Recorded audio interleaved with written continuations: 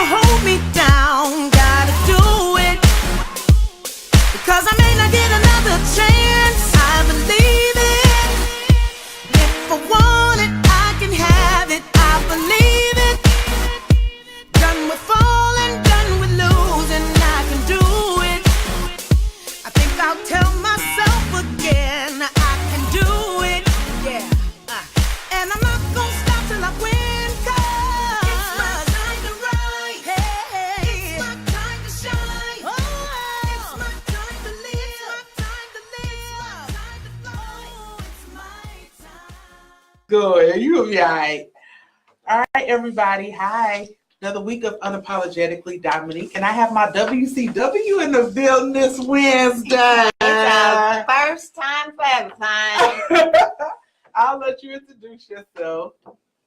I was hate to see if it was on. Okay. I turned it on. I'm a radio host. Oh, she know the routine. She know the routine. I'll just checking. Good. I'll let you introduce yourself. Well, what do you want me to say about myself? Give me your name, what you do. We're going to talk about this book, too. We're going to walk on water. Oh, Lord. My name is Michelle Jones. Professionally, I go by Michelle P. Jones, just so, because everybody knows there's so many Michelle Jones in the world, and I want to make sure that I stand out. Okay. I am a business analyst for an insurance company, which is my full-time job, but I am also an entrepreneur. So I have a professional services firm called Michelle P. Jones Incorporated, where we help entrepreneurial creatives start their companies. And those that have already started them may not have seen the growth or success that they are looking for. So I come in and I help them to strategize and come up with a better platform to continue their business for longevity and for success. So that's the business. And I also do individual, personal, and business taxes. So you really walking on water in your sleep. Yes, I am. But we'll get on that later. Y'all. I'm going to keep saying that during the show. Y'all, I'm going to keep saying it. The other part. Personally, before I get to personally, I have to put this in, because I have to plug my show. Okay. I am a radio host on JQLM radio, internet radio station, and the show is called Girls with a Z, Talk, Real Talk. And we talk about real conversations, and we talk about it in a way that is informative, that's fun, but it leaves you with an impression. You're going to have the conversation after it's over with. You're going to continue to talk about it, and that's what the show is about. It gets real. It does. It gets real. And it gets real. I have people on there that I know are going to keep it 100. I don't want the fake, what I call fake news. I don't want the fake. I want the real, because the challenges that we face as women, as African American women, are real issues, and they just deserve to be discussed in real platforms. And I remember the last time you were on, my nephew was on as well, Daryl. And I crashed Michelle's show a couple of times. times. And so he said to me, Auntie, when I'm on, we're going to have to change that real talk. Girls talk, oh, real girl talk. Yes, he did. Daryl was serious about that. Serious. He was dead serious about that. Did he come up with something? We really hadn't talked about it any more than that night, but I'm sure if I asked him, he didn't already come up with something. Okay, knowing him. So personally, I am an ordained minister. I am the mother of 3 children. My oldest just turned 35 last Friday. Deshawn, we did a whole happy birthday to her. And I've got 3 grandkids.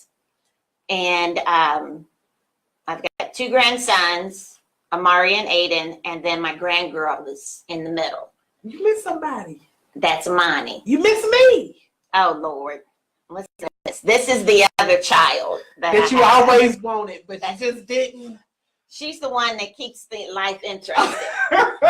That's a nice way of saying it. Just say you keep life interesting. That's a nice way of saying it. So, but I also, my mom is still living, and on my show, they hear me talk about her quite often. and she just turned 80 this year. And I must say that I stand on her shoulders quite often. Some of the things that the older generation thinks that we should do as the younger generations, I don't always stand in agreement. I respect her opinion, but the type of relationship that we have is she's going to say what she's going to say, and I'm going to do what I'm going to do. Okay. And we kind of keep it 100 Keep that it way. there. Yeah. So, is there something else you want to know?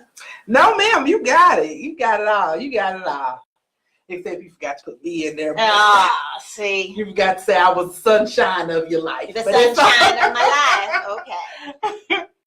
So, come on. I heard you wrote a book. You forgot to put that you're an author. I You am a forgot to put published that. author. I have 2 books that are currently Yes. out for sale. My very first book I put out in 2017, Okay. and it's called Grasping Your Success, 6 Steps to Starting and Legitimizing Your Business. I did not know that about you. Yes. You know that? That was my very first book that I ever put out. And so I really thought that was the end of it. You know, put it out there, help people start their businesses and do all of that. Well, then God came back and he said, not so. Okay. And so in 2012, I went through a very real life-changing experience that forced me to reevaluate who I am, the life that I was living, what I wanted out of life, and the relationships that I had with people in my life. Okay. And the book is chronicling that journey of change that I went through. And it's called Walking on Water in My Stilettos, How God Strengthened My Faith Walk, because it was a faith walk. And most people will, I like that title. That's really catchy. Walking on Water in My Stilettos. I've been saying that all. Did you see that? Yes, I've been I did. saying that. We are going to be walking in water in our stilettos. I've been saying it. And the whole thing came about, honestly, from a Bible study. Really? Yes, I Okay. did a Bible study at my cousin's church, and that's where the name came from, Walking on Water in My Stilettos. And that Bible study basically took the levels of a woman's heel and matched it up with the levels of Christianity. Mm. So you've got the kitty heel, which is normally a flat heel, and that matches up with the beginning saint, that Okay. beginning Christian. Person The trying to baby get their life Christian, together. trying to figure out how they're going to do. They know that they want a relationship. They just don't know what they're supposed to do. Okay, and then you've got the medium heel, the medium height heel, which normally goes about 3/4 of an inch to about 1.5 inches. Okay. And that I matched up with the youthful saint. And that is the saint that has a relationship with Christ, but they don't always know how to apply the word to their life. But then you have what I call that great saint, that great saint. And that's the stiletto. That's the stiletto. That's the stiletto. That's okay. That's what you rocking it. That's, Okay. that's the one that has figured out how to apply the word of God to their daily walk. And they realize that life is not about them. It's about the journey. Okay. And it's about them sharing what it is that God gave them with other people. Because I have a philosophy that I live my life by. We are only given to give away. Okay. But we can't receive if we don't give anything away. So Hands even closed. if I had, Because your hands closed. yes, your hands are closed. But even that, if you have a cup in front of you and it is full of water, you're not going to be able to put more water in that cup. It's not until you start emptying out that cup that you're going to be able to put more in there. Because what normally happens, and this is the mistake that people make, when you pour into a full cup, it goes to the bottom and rises back to the top. It doesn't go to the bottom and the stuff at the top flows out. It goes to the bottom and flows out from the top. When you give away what God has given you, then he's able to put more in you. So the more that you give away, you don't have to worry about it staying in the cup because you've already given it away. So then you have the benefit of everything that God has for you. You have the opportunity to experience the best that God has for you. You better come on with a message. So that's how it came about. That was how it all started, because God forced me when I first started that journey, you think you know where you are. You think you know who you are, and you don't. God has a way of snapping you back into reality and realizing that who you thought you were, you're so far from it, it's not even funny. Mm-hmm. Because you're afraid to share all that God has really done for you and be transparent to help somebody else out because you're afraid that they're going to look at you differently. And that is tough. I feel like in what we do a lot, it's very tough to be transparent because I feel like sometimes it's either you're either judged about it or people always have a comment about what you're going through or whatever. And it's really tough sometimes to stand there and be transparent about it. Well, I have to be honest. I didn't want to write the book. Okay. I didn't want to write the book. And the reason I didn't want to write the book is that very thing. Because I knew when they found out specific facts about my life, then it was going to be a whole issue. Because see, I'm a church girl. I'm what they call a pew baby. I'm a pew baby.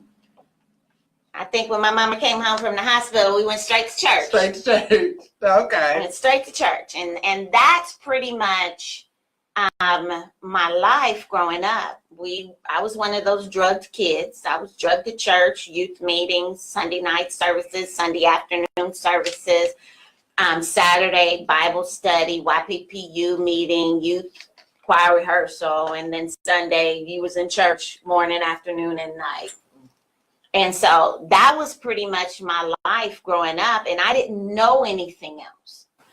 But in the midst of that, what I learned about me is that I didn't know who I was. I knew who everybody expected me to be. And I had made it my business to try to be the person that they expected me to be. And what I didn't realize is I was sacrificing who I was. Okay. Because I never knew what I wanted out of life. I never knew the direction that I wanted my life to go in because I was too busy trying to be what everybody else expected me to be. And that's very heavy to carry. It is, but when it's been a lifestyle, you don't even know you're carrying it. Okay. It's just the way life is. You don't know what anybody else thinks is important because everything everybody thinks about you is important. You don't know how to think for yourself. You don't know how to begin to create an atmosphere and a system of being because you don't know who you are. And it affects the relationships you have. It affects the people that are around you. It affects every aspect of who you are. So what should, if a reader was, a reader reading your book, what do you want them to take from your book? One of the most important things that I want them to take from my book, is know who you are. It is when we know who we are. Let me say it this way. We know what we don't want out of life.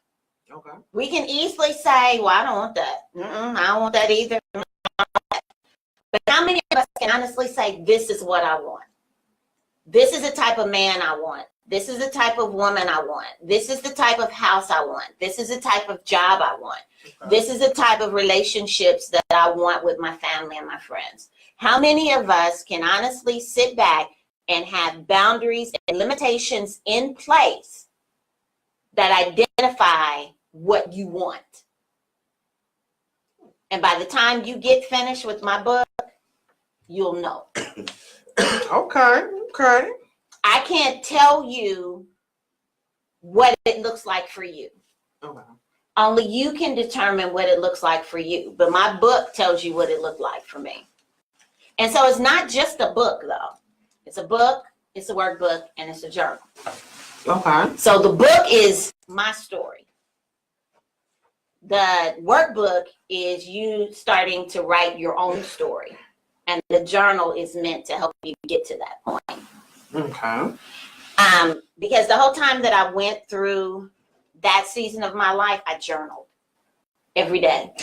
And at the end of every chapter in the book, there are literal journal entries from different times that I went through certain things that I'm talking about in the book. And that's very therapeutic. Journaling is very therapeutic. Very therapeutic. It's very therapeutic. And what somebody says, does she go to Olivet Church? Did you go to Olivet? No, I do not go to Olivet Church. I go to Temple of Praise Assembly, 3969 Meadows Drive. You better plug your Bishop church. Donald L. Goder is the founder and Exactly the what that pastor. You better That's where I plug go. your church. Yeah, well, that's where I go. That's where God has me planted at. And so he's probably not real happy with me because I wasn't there Sunday. I was at somebody else's church. Oh, So, but that's where I go. Matter of fact, we've got a revival coming up starting Sunday. So if you want some good preaching, come out and join us. Sunday morning, Sunday night, and Monday and Tuesday. Oh, it's just Monday and Tuesday. I'm thinking revival goes. Revival go all Modern week. day revivals don't do that. Lord. That was when we was kids. Lord. Modern day I think that's why I run from revivals, because they go all week. 3 days. 3 days. I run from revivals. They used to go all week. All week too, like the Boy. church convention. Yes, all Sunday. Mine's week. always- Sunday to Sunday. I would Oh, it's still avoid. all week. Yeah. Okay. I would avoid all revivals because I know it's gonna be from all week to all week. Yeah. So that's pretty much. I'm very transparent about my life in the book. I'm very transparent about my relationships that because it taught me that every 6 months I need to look at the people who are in my life. Okay. If you're not helping me be better, then you've got to go. Okay. It's not about stagnation. It's not just because you've been there for 20 years don't mean that you continue having a front row seat to my life. It means that the season of your usefulness in my life, and I know it sounds bad when I say that, but that season may be over. What I was meant to teach you and what you were meant to teach me, that season may be gone. And I've now learned a lesson and I can release you and then allow somebody else to come in to take me the next place. Because I've got people in my life that have been, of course, my family's been there my whole life, but I've got friends that have known me the majority of my life. But I also have friends that I've had to end relationships with because their season of having a front row seat in my life has ceased to exist. And I've had family members that I've had to relegate them to the back seat because they don't have that position in my life anymore. So, and sometimes that's I'm happy you mentioned that. It's very important to know when somebody's season is up. And I feel like it's very important to know if they're supposed to be there just for a season or they're supposed to be there for eternity, for a lifetime. Well, you determine that. And see, my philosophy is this. People come into your life for a season, a moment, and a lifetime. Okay? So if they're there for a moment, that means that they're just there for that particular lesson to be learned, and then you are to release them. And then there are people that are there for a season. They're only supposed to walk with you that season. And then you're supposed to let them go. And then there's people that are meant to journey the whole lifetime with you. They're meant to be there. So it's kind of like this. Do you ever drink spoiled milk? I don't drink milk. Why don't you drink spoiled milk? I don't drink milk like that at all. But why would anybody drink spoiled milk? Well, it's stinking. It make your stomach hurt. What? Exactly. So why would you keep people in your life beyond their expiration date?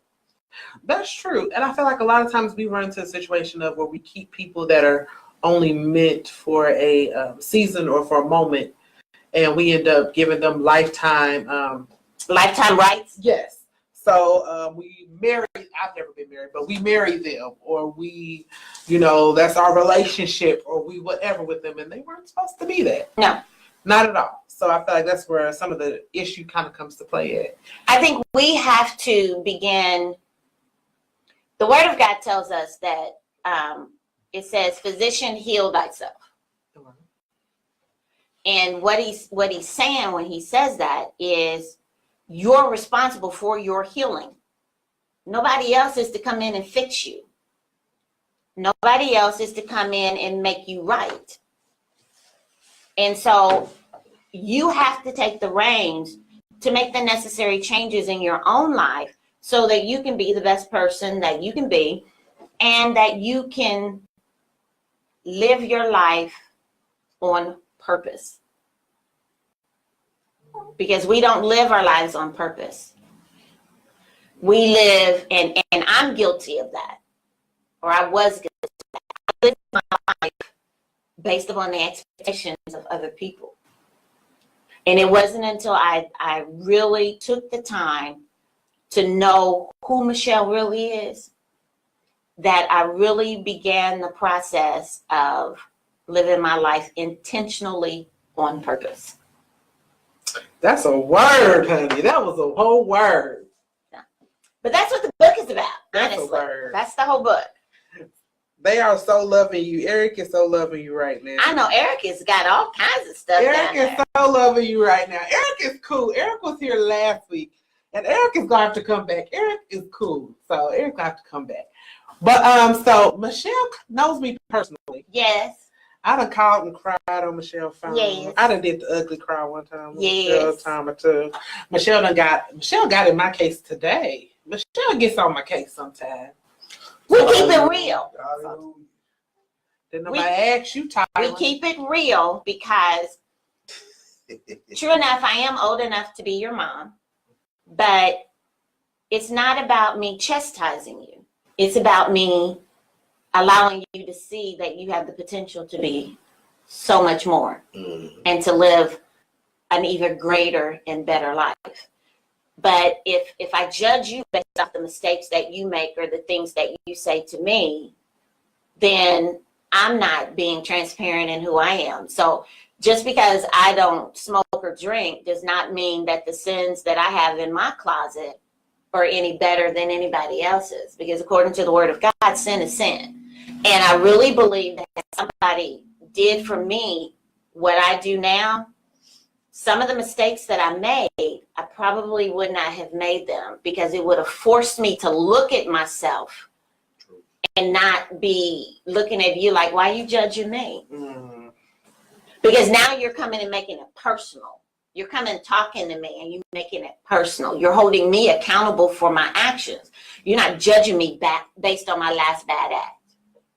And there's a difference. Wow.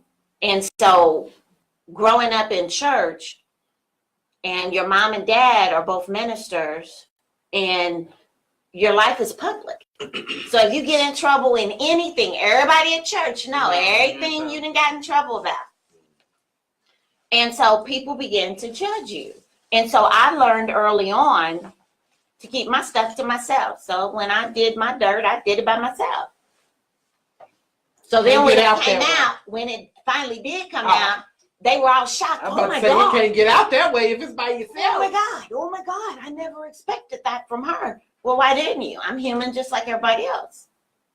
And we have to stop with the expectations. And I talk about that in the book, how I got caught up in the dreaded lifestyle of living other people's expectations of me. If somebody would have been as transparent, open, and honest with me as I am with the people in my life today, I probably would have made some different choices. I can't say for sure because you can't go back and undo what's already been done. But it's as deep and as real as this. Would I love to have a better relationship with my children today? Yes. Would I love to have a better relationship with my siblings today? Yes. Am I going to kill myself to do it? No. And why am I not? Because I'm the most important person in my life. I put God first, me next, and everybody else comes after that. Well, let me say it this way. God first, me next, then my mama, then everybody else. Because you have to, and there's a chapter in the book that talks about the difference between selfishness and selflessness. Selflessness, yeah. Selflessness means I put everybody else before me. Selfishness means that I put myself first and everybody else comes next. So which one of them is the one that society says is the bad one? They say it depends a little bit, depending on who you talk to, a little bit of both. Depending on who you talk to. In my world growing up, being selfish was the worst thing that you could ever do. That is true. But what I had to do in order to learn who Michelle is and to begin to live my life intentionally on purpose is I had to learn the importance of being selfish. Because your expectations of me should never outweigh my expectations of myself. Okay. I no longer put myself in a position to where I'm in competition with anybody. The only person in my life today I'm in competition with is me. And that's because every day I try to be a better version of Michelle than I was the day before. If there's goals I didn't get finished attaining on yesterday, then we reevaluate them. We cast them out if they no longer apply, or we rewrite them so that they apply to the Michelle that I am today. So that's me. Unapologetically Michelle. Oh, Lord. Is that good? You know, we going to trademark this unapologetically thing. So, okay, Michelle, like I said, Michelle knows me personally. So, okay, I asked a few people this because I really want to know. So, what was your first, when you first met me, what did you think? Compared to, well, we'll compare it in a minute. What did I think? Let me think. What did I think when I first met? I honestly, when I first met you, I said, "Oh, she's a whole lot of hot mess." And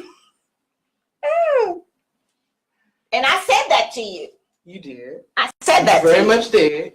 I did. And right after that, I told you we're getting ready about to have a whole bunch of shenanigans going on. It always does happen. It always does We happen. do have a bunch of shenanigans. This has actually been the best we've been. Yes, it has. This has actually been the most behaved we've been, because Yeah. normally it is a bunch of mess. So she's very much correct. She did actually really tell me that in her first meeting me, and she did. And it really was a bunch of shenanigans. So she's really not lying. Right. It really, yeah. But what it did is identifying who we are up front and how we see people up front takes off the lenses and the glasses and the shades. It takes them off. Because now that made you more comfortable to be who you were around me, and you didn't have to try to figure out how to act in my presence. Because I didn't know you were a minister, and I done already. By the time I found out Michelle was a minister, y'all, I done cussed. I done said a few dirty jokes and everything. I done let it out. I didn't really let it out before I really knew who you were. And I didn't even know I didn't know you were a minister until you and Daryl came on my show. Yes. And I acted up that day. Yes. Y'all, when I say I clowned that day, I had jokes that entire show. I showed out that entire show. And I did not know y'all were ministers. Both of I us. showed out. I did not know until after I showed my natural born black behind that y'all were both ministers. But the key to it, now, my family is probably like a lot of other families that have been raised in church. Mm-hmm. We have a lot of ministers. That's just how it is. It is what it is. I am an ordained minister. My brother is an ordained minister. Daryl's dad. Okay. Yeah. So I connect.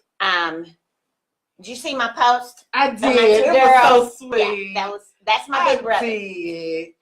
And my sister Robin, when I tell you worship leader extraordinaire, Oh.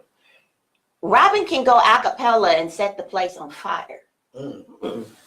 because of the anointing that's on her life. Okay. And it really begins to force you to realize that when God favors a family or when he touches a family, you're not going to get away scot-free. It's just not going to happen. And a part of what happened in 2012 forced me to begin walking out my purpose. And what people don't know is that sometimes the worst moment in your life is your greatest freedom. That is true. Because what else can you do that bad?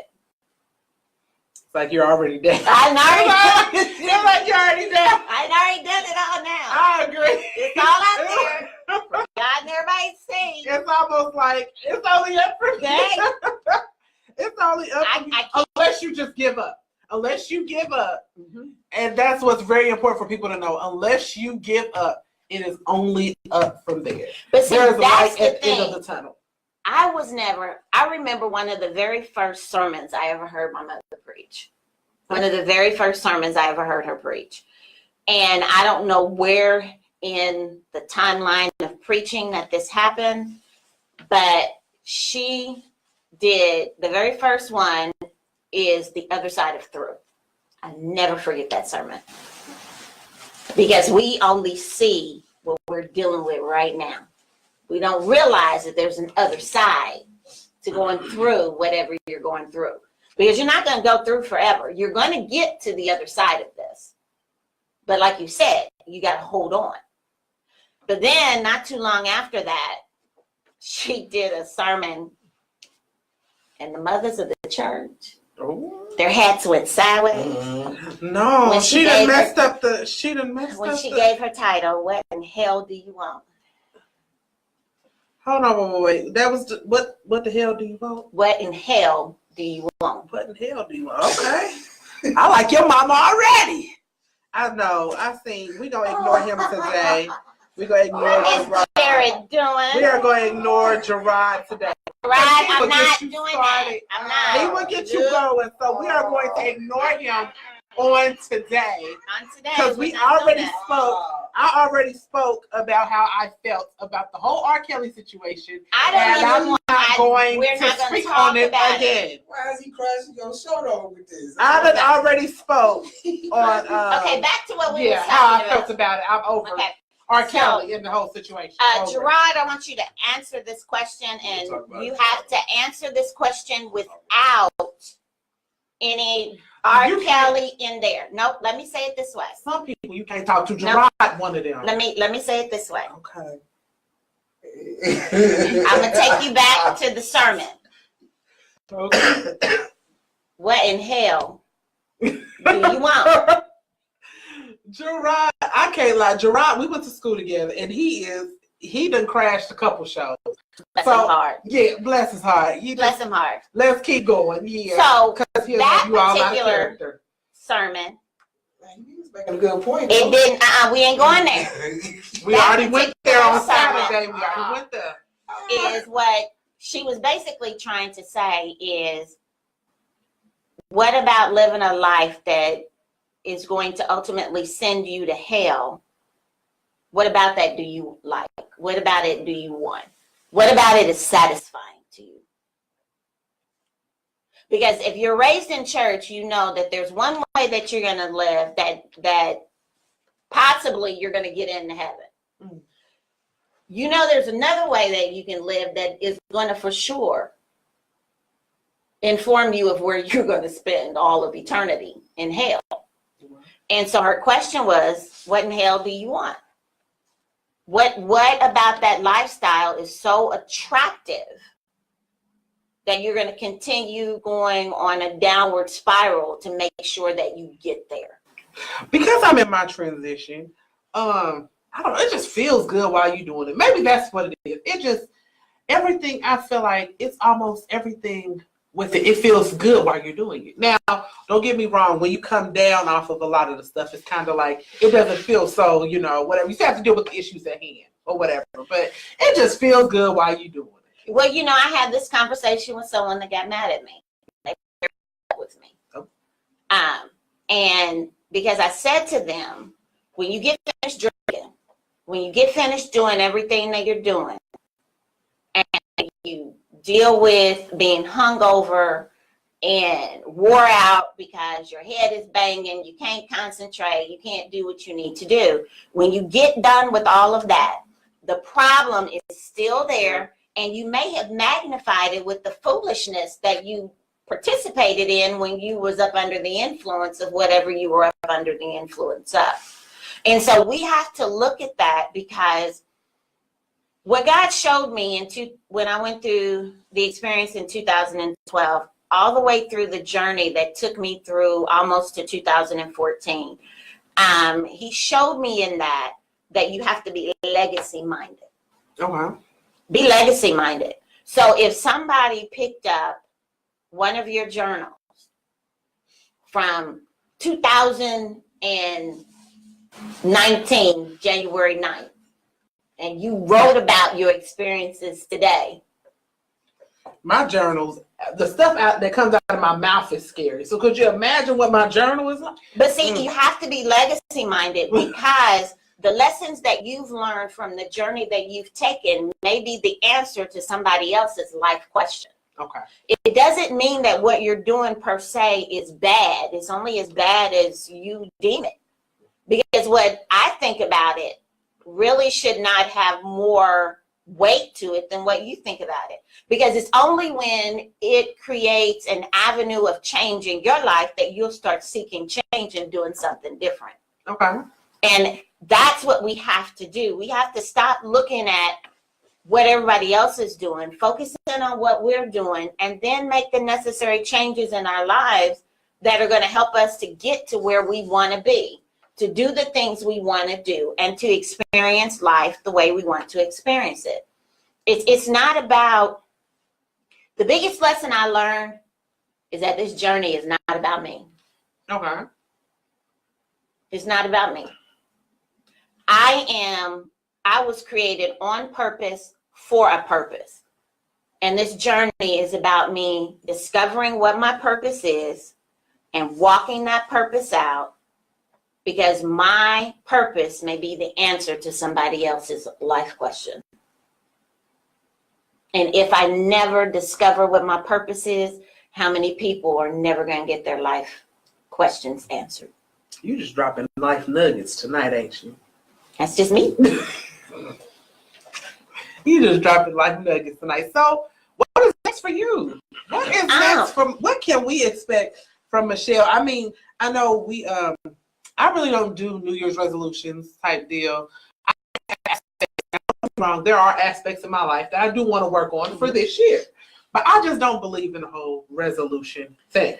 So what should we expect from you next year? What are you working on? I don't do resolutions either. Okay. Because a resolution starts really good January 1st, but it fizzles out somewhere around the 15th, 16th of January. It don't even make it to the light of day for February. Mm-hmm. So I don't even do the resolutions anymore. What I do is I set goals. Okay. I set goals and I put timelines to the goals that I set. And if the goal cannot be accomplished within the timeline that I set, then I change the timeline to meet the expectations of that goal. So I live a goal-oriented life. And every day I have goals that I live up to and that I strive to achieve. Do I always get them achieved in one day? No. Sometimes it takes a couple of days to achieve them. But that's how I look. I had it, and it's so funny that you asked me that, because my big brother, Daryl Sr., we were having a conversation last night. Okay. And in the conversation that we had last night, he made a comment and it really tickled me, because all the time I was growing up, I was told I didn't have no common sense. The whole time I was growing up, they was like, Michelle, you have no common sense. And I was like, I didn't think that was a nice thing to say. I don't see that for you. I didn't think it was a nice thing to say. I see that for you. And so he said, no, I'm not meaning it negatively. He said, you are highly intelligent. And people that are highly intelligent, they don't have a lot of common sense. The common sense that I have now is learned. It's a learned process, and it's only because today I know who I am. Maybe something nicer, maybe dingy or something. I don't know. Maybe that's a nicer word. I wasn't dingy. Maybe it's something nicer. I don't know. Just not having common sense is just not nice. Can we say it nicer? No, there's no nicer way to say it. There isn't. I mean, if we're keeping it 100, okay, there's no nicer way to say it. Because if you don't have any common sense, you don't have any common sense. But the thing of it is recognizing that it's not natural for you, and begin to learn the life lessons that you need to learn to develop it over time. Okay. The things that I operate in now comes from wisdom, from the choices that I made in the past and the lessons that I've learned. And so what I'm doing now, what I have coming up, my show comes back on live. The very first live one for 2019 for Girls Talk Real Talk will be the first Thursday in February Okay. on JQLM radio, internet radio station. New platform. Okay. I had a whole epiphany with God one day, and he outlined everything that he wanted me to do and what he wanted me to look like. We're going to be adding another aspect to the show. Okay. I'm So excited. starting on the second quarter of 2019, we will do a monthly podcast where it'll be a live audience, and we will begin to talk about real issues, same type of stuff we do on the radio, but this is a live audience experience where people can come out and there'll be a panel and the whole 9 yards, to where you get that real feel, because we clown in the studio. We do. We clown in the studio. We clown a lot in the studio. But we give good information. You walk away with good information, and you walk away challenged to think about things and the relevancy of them. When I did the show on racism, I got a lot of flack about that show, where people was like, we don't still have, yes, we have a racist president. Are they our color when they say? It was a mixture. Oh. But the thing of it is that if you don't experience it on a regular, it makes you complacent and believe that it's no longer there. I agree with that. When in reality, it is sewn into the fabric of America. You don't have America without racism. The two go hand in hand. And so we've got to begin to look at it. The other thing that I learned in developing the new programming for 2019 was something my nephew said. Even though the show is really geared towards women, it's geared towards both sexes to listen to, I'm going to actually bring him in a little bit more and allow him to speak to the brothers in regards to us women. I like that. Daryl keeps it pretty real. He keeps it pretty real. Daryl is really cool. Daryl's cool. So I like that. That'll be So dope. we're going to have some different things. 1 week. So we have each one of the weeks set out. So one of them is going to be on self-care. One of them is going to be on businesses. We're going to be highlighting business owners and talking about the challenges of running your own business, being an entrepreneur, that type of thing. And then we're going to also be talking about, even though it's on Thursdays, we'll be talking about Man Crush Mondays and Women Crush Wednesdays. And so we're going to be talking about that type of thing. Is it going to be a physical thing, or is it just going to be? Well, it's however it comes. It's not one that I can say, well, we're going to look specifically at this, because I can make plans on what it is that I want the show to look like, but when the show actually airs, it don't ever look like what was in my head. That is true. But it comes off very well, very well. So we always have a good show. And so the other thing, I've got some speaking engagements coming up. I'm going to be doing that are already on my calendar, and I'm going to be taking in some other dates. I will be also in March. I will be hosting a workshop called Walking on Purpose. And that whole workshop is based off of the woman that had the issue of blood in the Bible, and how she took, like the scripture, physician, heal thyself. She took the initiative to get her healing. And so we're going to talk about that, work on that. So the 3 topics that we're going to be dealing with is brokenness. We're going to be talking about restoration, and we're going to be talking about rejection. So those are the 3 things we're going to be talking about during that workshop. I'm a heathen, but I know that story. Yeah. You so silly. I do. That was it's like you said, she went to go get her healing. She wanted it, and she went and got it. She went after it. She went and got it. It's a clear way to say it. She went and got it. She wanted it that bad, to where no matter what other people were saying or whatever was going around with her, because I'm sure there were other things going around, behind the scenes and other things. She wanted it that bad. And she went after it, even though she could have been stoned to death, even though in that day and time, because of the issues she was dealing with, she had to tell people that she was unclean whenever she came into their presence. So she literally, according to what scripture says, crawled on the ground. And how many people did she touch while she was crawling that she automatically made unclean so that she could get her healing? Goes back to what we talked about, selflessness versus selfishness. What are we willing to put everything on the line to accomplish, to get? What are you willing to go after with that type of tenacity? And we have to look at that. That type of tenacity is what is necessary to figure out who you are and to live that life, whatever it looks like. That's a word, honey. You better come on through. Miss Walking on Water and our stilettos and stuff. That's how you get there. You start at the beginning and you keep it moving. My mother once told me, she said, don't ever stop, because the hardest thing in the world to do is hit a moving target. Okay. So I don't stop. I keep it moving. I don't give up. I don't give in. I keep it moving. If it doesn't work, we reevaluate and we keep it stepping. So earlier this week, I can't talk too much about where this conversation took place or what, because it was a taping for another show. So I can't talk too much about it. But we talked about coping. And we talked about the way we cope with things and tips for coping. And I know my coping skills suck. I mean, to be quite honest. That was one of the things I got in trouble about behind the scenes, y'all. But my coping skills suck. So how do you cope? How do you keep going? Prayer is a huge part of my life.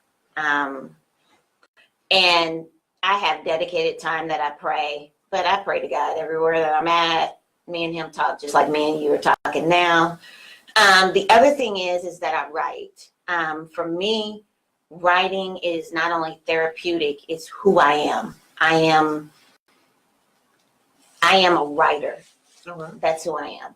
And for me to be able to live the life that I have chosen to live, I have to write. So I'm one of those people on the side of my bed. I literally have a journal on my nightstand, and there's a pen and some glasses because I can't see up close no more. So I have that sitting there with me to be able, if I wake up in the middle of the night, I write. If I'm going through a difficult situation or time, I write. If I'm happy, I write. Y'all want to know what's on the side of my bed? Yeah, what is I it? already know. Hopefully a lamp. Do you really want to know? Aspirin. I know what it is. Chocolate chip. It's them Chips Ahoy I Chips Ahoy cookies. I keep a pack on the Let me side of tell my y'all. bed, honey. Every time, minus one time, you didn't have time to stop. She would come in with this huge drink and a bag, not one or two, the entire bag The of family chewy Family pack. Chip Ahoy cookies. And she would set them right there and she would talk, and then she might take a bite, get something to drink, and she'd come back with something. But yeah, the very first time that we did a taping, she brought that in, pulled it out of her purse. She had this huge bag. Can I ask you a question? Can I ask you a question? Yes. No. Did she stare at the chocolate chip cookie? She never does. Exactly. Okay. No, that's not fair. I have shared before. You've never shared in my presence. Now you may Now, have hold on. shared. Now, hold on. In my defense, y'all, I maybe don't share with the adults, but I always share with the kids. Okay. Lady J can attest that even when she tells me no, Lady the J is kids out here. always get cookies from me. Okay. I always share with the kids. Dominique loves the kids. I always share with the kids. I just don't share with the adults too much. Now, I will say that she did offer, if you wanted one, you could have one. But as she was saying it, they were moving further away. Oh! Yeah. Okay. But I did But offer. she offered. I did offer in my defense. She did offer. But that's my coping. My thing is, I have been known to isolate. Okay. And only people that are true creatives will understand this. I don't isolate because I don't want to deal with people. I isolate because if I'm dealing with you, I can't hear from God. Okay. So if you're talking and he's trying to talk, I can't clearly hear him because I'm trying to listen to what you're saying. So when I know God has me in a mode of when he's speaking to me, he's giving me direction, he's giving me instruction, then I isolate so that I can hear from him and I can do what it is that he has given me to do. I learned early on that isolation is not a bad thing. It's not. It's not a bad thing. It's only bad when you do it to hide from other people. And I don't do it. Exactly. I don't do it for that. Okay. Anytime I isolate, I literally, when I wrote the book, Walking on Water in My Stilettos, I didn't go out of my house for 3 weeks. I didn't leave my house. I wrote. The only things that I stopped for was to eat a meal here and there, to go to the bathroom, and to go to sleep. Wow. But that is because that was the assignment given to me at that time. When I write my mother, and it's so funny because I used to do a blog daily. And when I tell you that's a huge commitment, that's a huge commitment. I had a daily blog that I actually published every day for 11 and a half months, almost a little less than 11 and a half months. And my mother got so upset with me one day. She had come into town and she was staying with me. And she asked me, what was I doing? I said, I'm writing. So about an hour later, she asked me again, what are you doing? I'm writing. Well, do you do anything else other than write? So anybody who knows me knows that I say stuff like, yep, I do. I eat, I sleep, I go to the bathroom. You can't be getting smart with mama. Oh. So, but the thing of it is, if people are not creatives, if they don't have the commitment to the purpose that's on their life that you have to the purpose that's on your life, they will never understand your dedication to your craft. I'm a writer. That's what I do. I write books. I write curriculum. I write blogs. I write. That's one of the things that makes my life purposeful. I like that blog idea. I think if I really were to sit and write an everyday blog, I think people wouldn't believe it. Honestly, I don't think you should write a blog. I think you should do a video blog. You should do a vlog. I don't think people would believe it.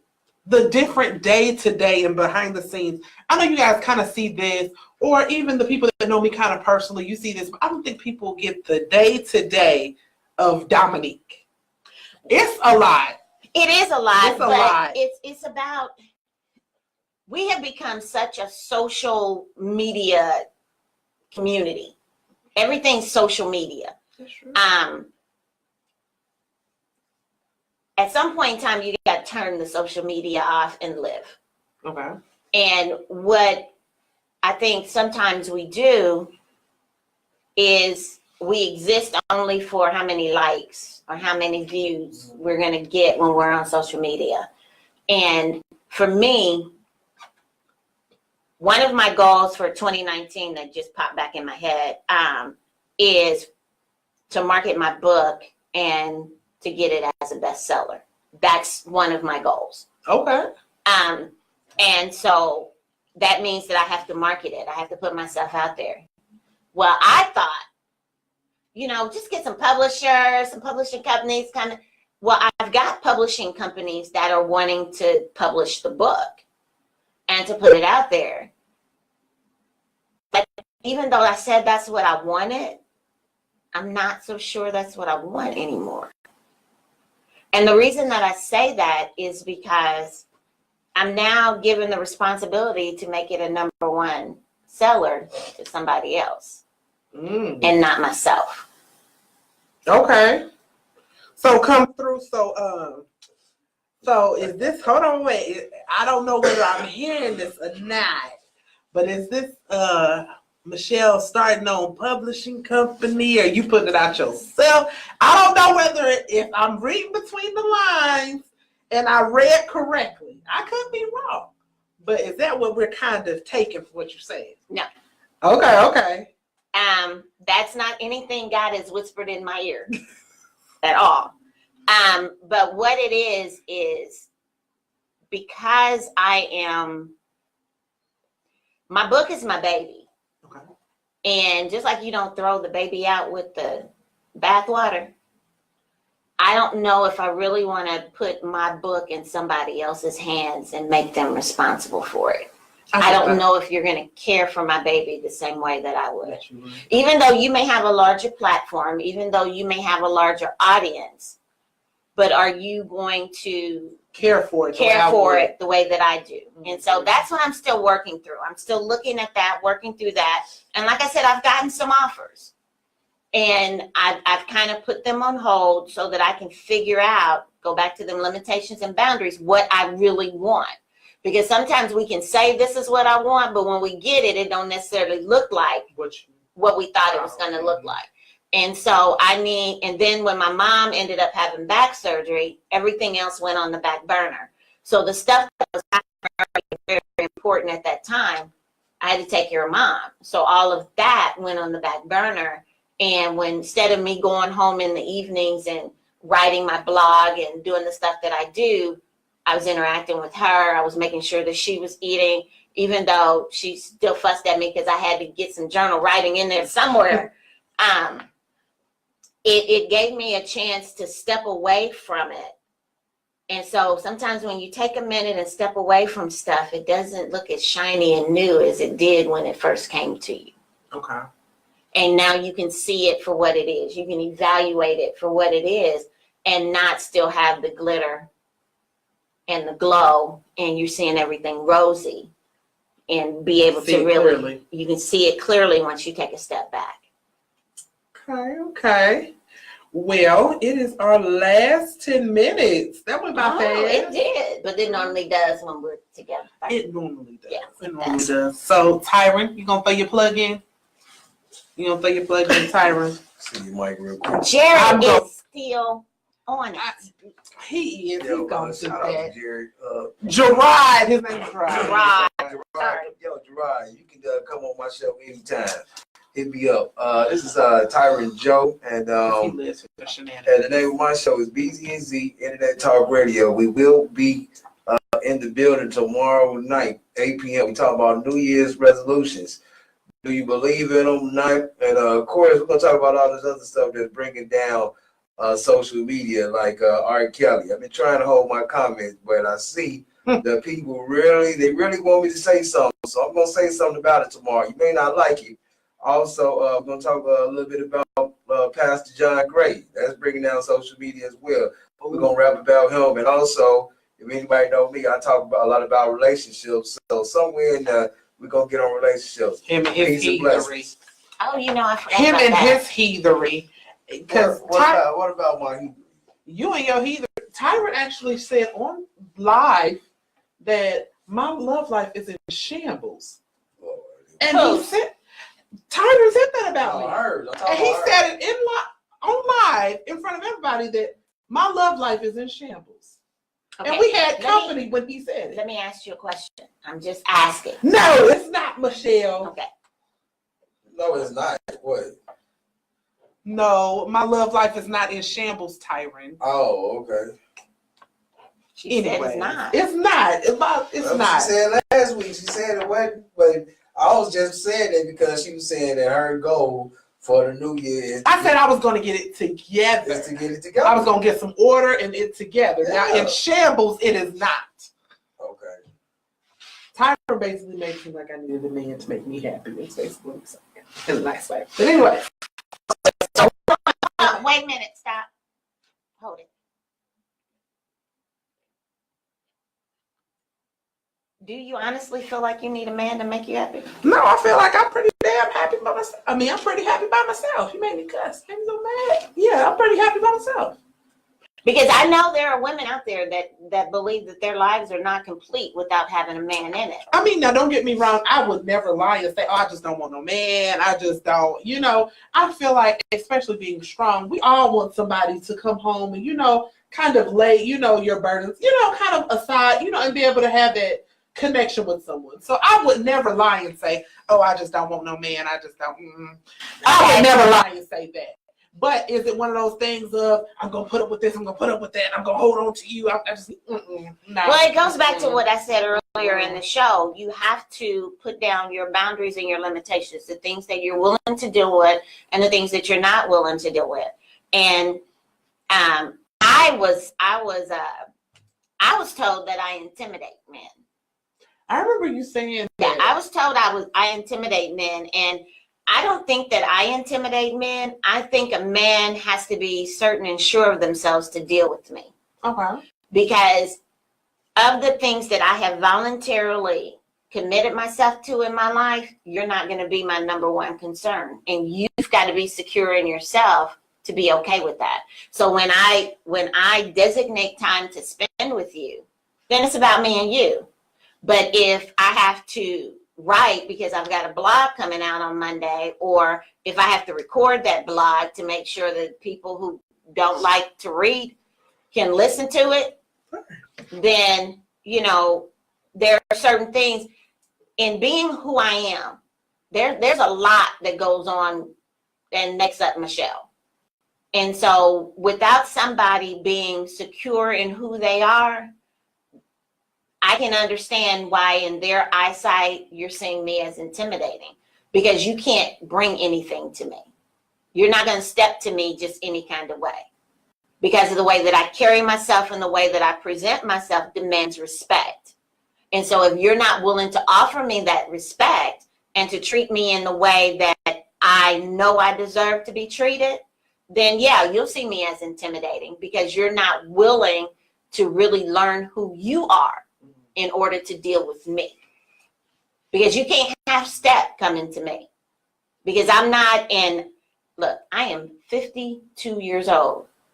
I am not getting ready to sit up and allow you to bring to the table anything less than what I bring to the table. We can coexist, and I can see the potential in you, and you can see the potential in me. But I got to know that you've already accomplished some things, and that you're not just going to try to bask in the glory of who Michelle is. Almost just take. Yeah, you can't. And there are, sad to say, there are some men out there that think that, ooh, she's already got it together. I can just go and hook my wagon up to her, and then I can be successful because she's successful. No, I need you to be successful in your own right, and me to be successful in my own right, and together we become a power couple. Better come through with the Black Love and Power Couple and stuff. So go ahead and throw your plug in. We need to.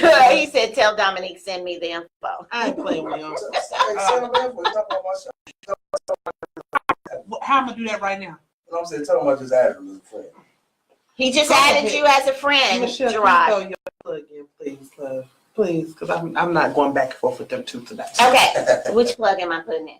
Oh, All you of the plugs. put your plug in now. Okay, if you want to get in touch with me, the easiest way to get in touch with me is to hit me up on my website that newly kicked off this year. It is Michelle P as in Paul Jones.com. You can go on there and hit the contact, and you can get in touch with me. You can also find me on social media, Michelle P. Jones on Facebook, and on Twitter is MZ_Jones. And then on Instagram, I'm Michelle Farisa, P-H-A-R-E-S-A, Michelle Farisa. That's your middle name? That's my middle name, Farisa. I never knew that. Yeah. So you can catch me on any of those, or you can catch me on Thursday night, starting the first Thursday in February for our first live show, 6:30 to 7:30 weekly on Thursdays, JQLM radio, internet radio station. And you can also go to the JQLM Facebook page and listen live. And we've got a whole lot of stuff that's coming down the pike. So I also have my blog that's now on my website. So they can always sign up there and get notifications for the weekly blogs that come out there, and stay in contact with me. We're going to be doing some freebies, some giveaways, some drawings, some all of that. So 2019, we're expecting some great things to happen. If you want me to come and speak, whether you want me to facilitate a workshop or to be a keynote speaker, hit me up on my website and I'll be more than happy to come out. Right, you heard it here. So y'all, what do I have coming up? Tomorrow I have SBG. They will be in the building, Sanctified by God Records. They're a local record company from here, from Indy. So support your locals. So we're gonna have them in the building. It's gonna be fun, good conversation. Next Wednesday, I do not have my WCW picked out yet, but y'all gotta stay tuned because I'm waiting on confirmation. And then next Thursday, we are gonna have a hot show. And it's going to be about the emasculation of Black men. That's going to be good. That's going to be a good show. My status went up, didn't it, Tyree? Status, it went up. It got ugly in some parts. Yeah. It got real in some parts. The status I put was about 100 comments. It got real in the status. I might have to come back and see y'all next Thursday. I actually needed a woman because I did not want the men to overtake the room. Because most of the men that were coming have such strong personalities. I did not want the men to overtake it. So I was like, I need another woman, but I need a woman that's not going to let them run over us. We're going to have to tag them. Because it's going to get real in here. I have some really strong men coming, and it's going to get real. Might be scary. So I don't think we're going to be scared because they're not going to be fighting each other. It's just going to get real in here. I think one of the biggest problems that we have in dealing with the masculinity issue with Black males is that people don't realize that it is a very real issue. It is not something that somebody thought up. It is a very real issue. Now, whether it applies to everybody is another story because it may not apply to every male. But the thing of it is just because it don't apply to you, don't negate it and don't cast it out. That's true. Give it the voice that it deserves. Allow it to be discussed in the manner in which it needs to be discussed. Put your views in and then continue living your life. So it's going to get real in here on Thursday. I'm going to have to come. You're going to have to because some of the guys.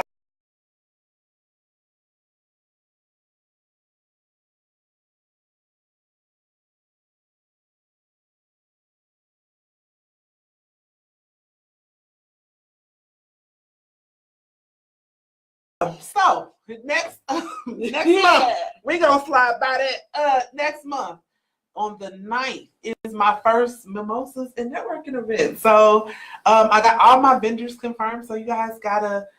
I'll be putting the new flyer out sometime this week. And yes, you guys gotta sign up because we're gonna have a networking event with mimosas. I can't drink mimosas, but we're gonna have a networking event with mimosas. Isn't that orange juice and champagne? It's like orange juice. Yeah, it's something like that. But I'm allergic to orange juice. So I'll just drink the orange juice. Oh, you're coming? I'll try. Okay. We'll talk about that later. But yes, that's on the 9th. We are having mimosas and networking. And then on the 1st, 2nd, and 3rd of March, I will be in, this is my 2nd year in the play, Vagina Monologue. So you guys got to come watch. I have never seen one of those. You have to come watch. It's really good. It will make you laugh. It's really, some parts make you laugh. There is a part that even me, as tough as I try and be, I did shed a tear too. And yeah, I did have to do one of the packs because it got really emotional. Yeah, you have to let me know about that one. Yes, and it's really good. It's like I said, it's the 1st, 2nd, and 3rd of March. And it's for a very good cause. It's to get people either discounted rates or free mental health services. Okay, because there is mental illness in the African American community. And it's very important, and it's for a very good cause. And when I tell you guys, last year, it was my first year doing it. I was a little nervous, because you don't know what to walk into.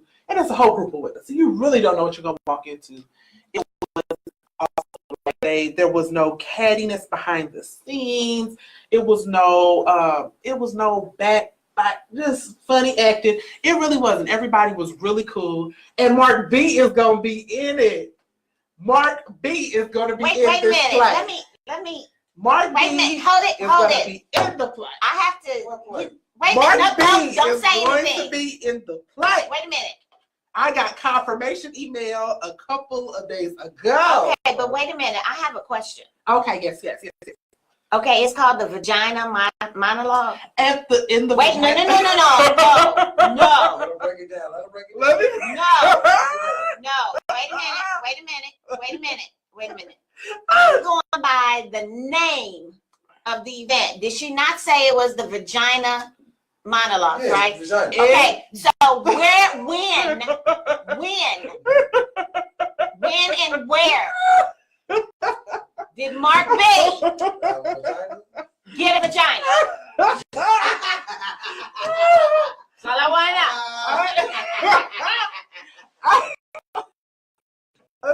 to know. Let me explain. In the vagina monologue, there is a part where it's the man's prayer. Okay.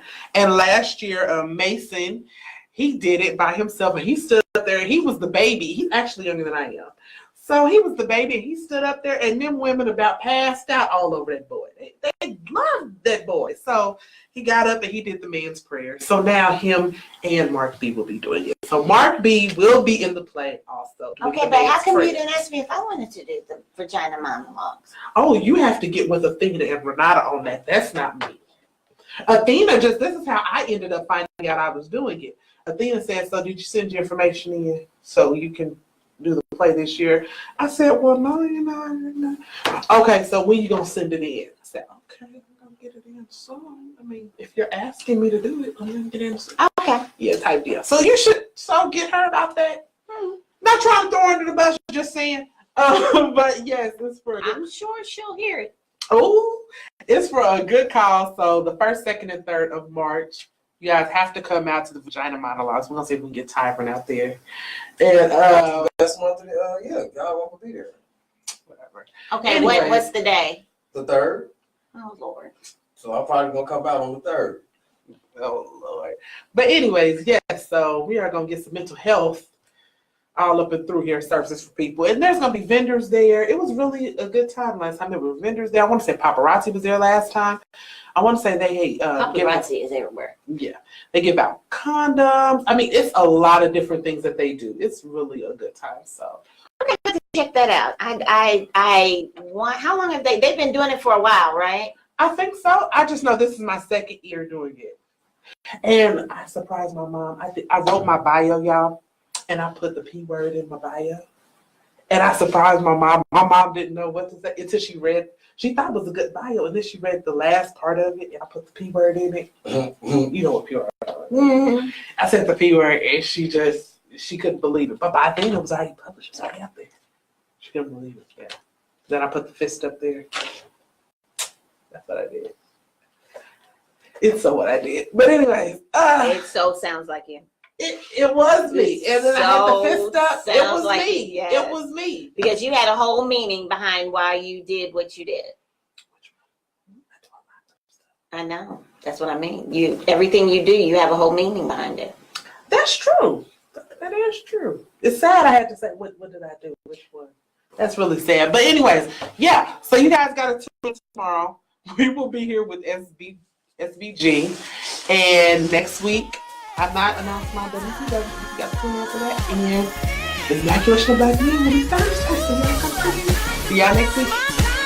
Oh, no, see y'all tomorrow.